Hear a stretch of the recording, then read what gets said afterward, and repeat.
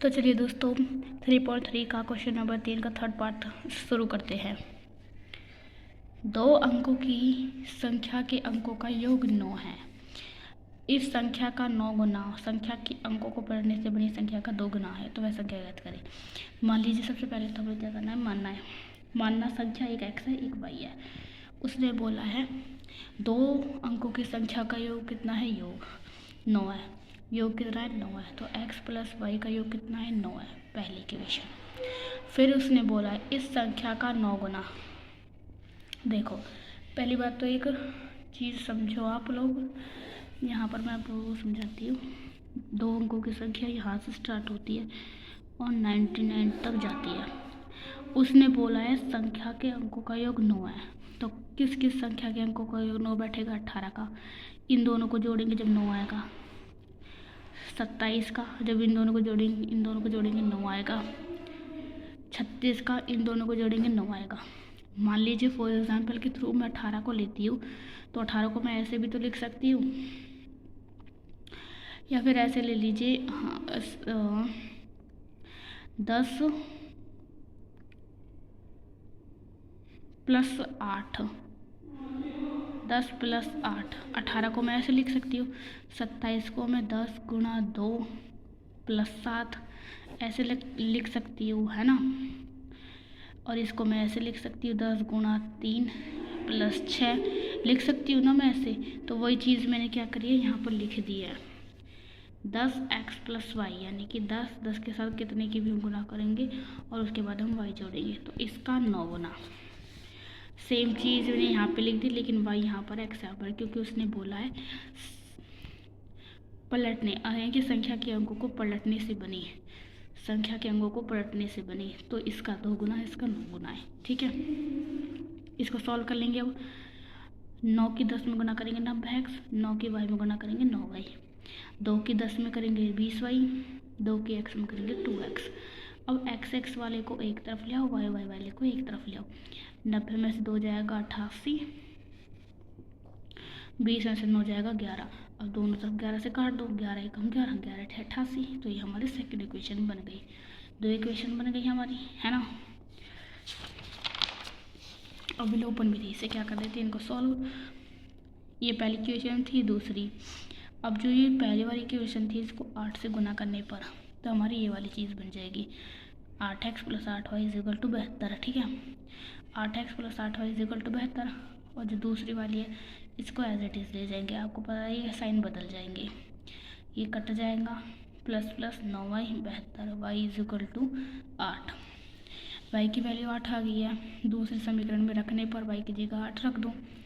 ठीक है, यहाँ पर ये 8 यहाँ पर माइनस, इधर आके प्लस में आ जाएगा, ये गुणा में इधर आके भाग में आ जाएगा, और x की वैल्यू 1 आ जाएगी, x 1 y 8। ठीक है, उसके बाद उसने बोला है इकाई व दहाई के अंकों को पर कौन कौन से नंबर आएंगे। तो इकाई के अंक पर x था, x का मान 1 है। दहाई के अंक पर y था, तो y का मान 8 है, तो क्या आ जाएगा 18।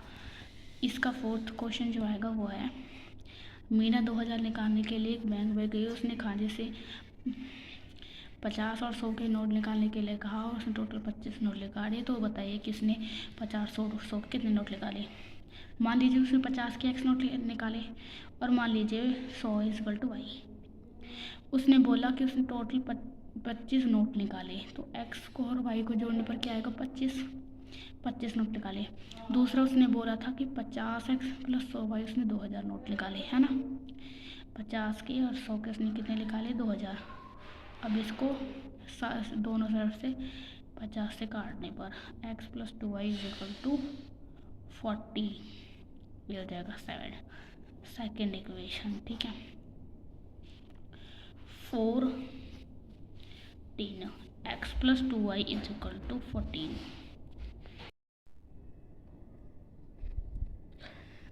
अब इक्वेशन ये दोनों बन गई है। अब देखो आप बोलोगे कि हमने दोनों गुना क्यों नहीं की, हमने गुना इसलिए नहीं की x को या फिर y को हमने बराबर इसलिए लिखा क्योंकि देखो पहले से ही x इसमें भी और x में भी बराबर है, तो हमें बराबर करने की ज़रूरत नहीं है।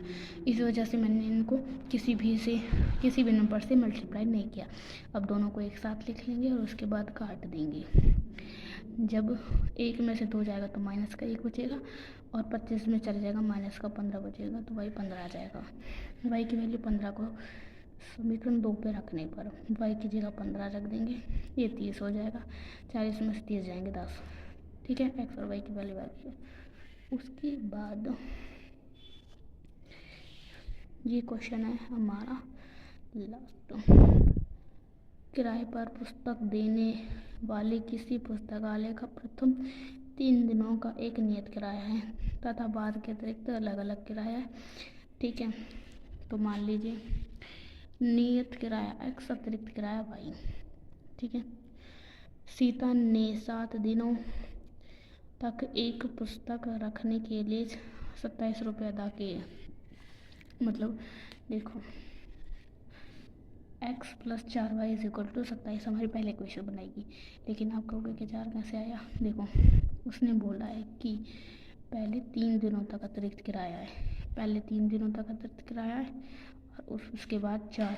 जब 3 और 4 को जोड़ोगे जब भी तो 7 आएगा, है ना। तो मतलब कि पहले 3 दिनों को हटाकर फिर 4 आएगा। पहले 3 दिनों को अतिरिक्त किराए को हटाकर जब 4 आएगा, इस वजह से 27। उस वजह से ही सुशी ने भी पुस्तक खरीदी 5 दिनों के लिए। 5 दिनों को हटा के 7 में से 5 दिनों को हटा के 2 बचेगा, तो 21, ठीक है। दोनों इक्वेशन बन गई। अब दोनों को एक साथ रख लेंगे और 2y आ जाएगा, यहाँ पर 6 आ जाएगा, y की वैल्यू 3 आ जाएगी। y की वैल्यू 3 को समीकरण 2 में रखने पर 4 × 12, 27 में से जब 12 जाएंगे हमारे बचेंगे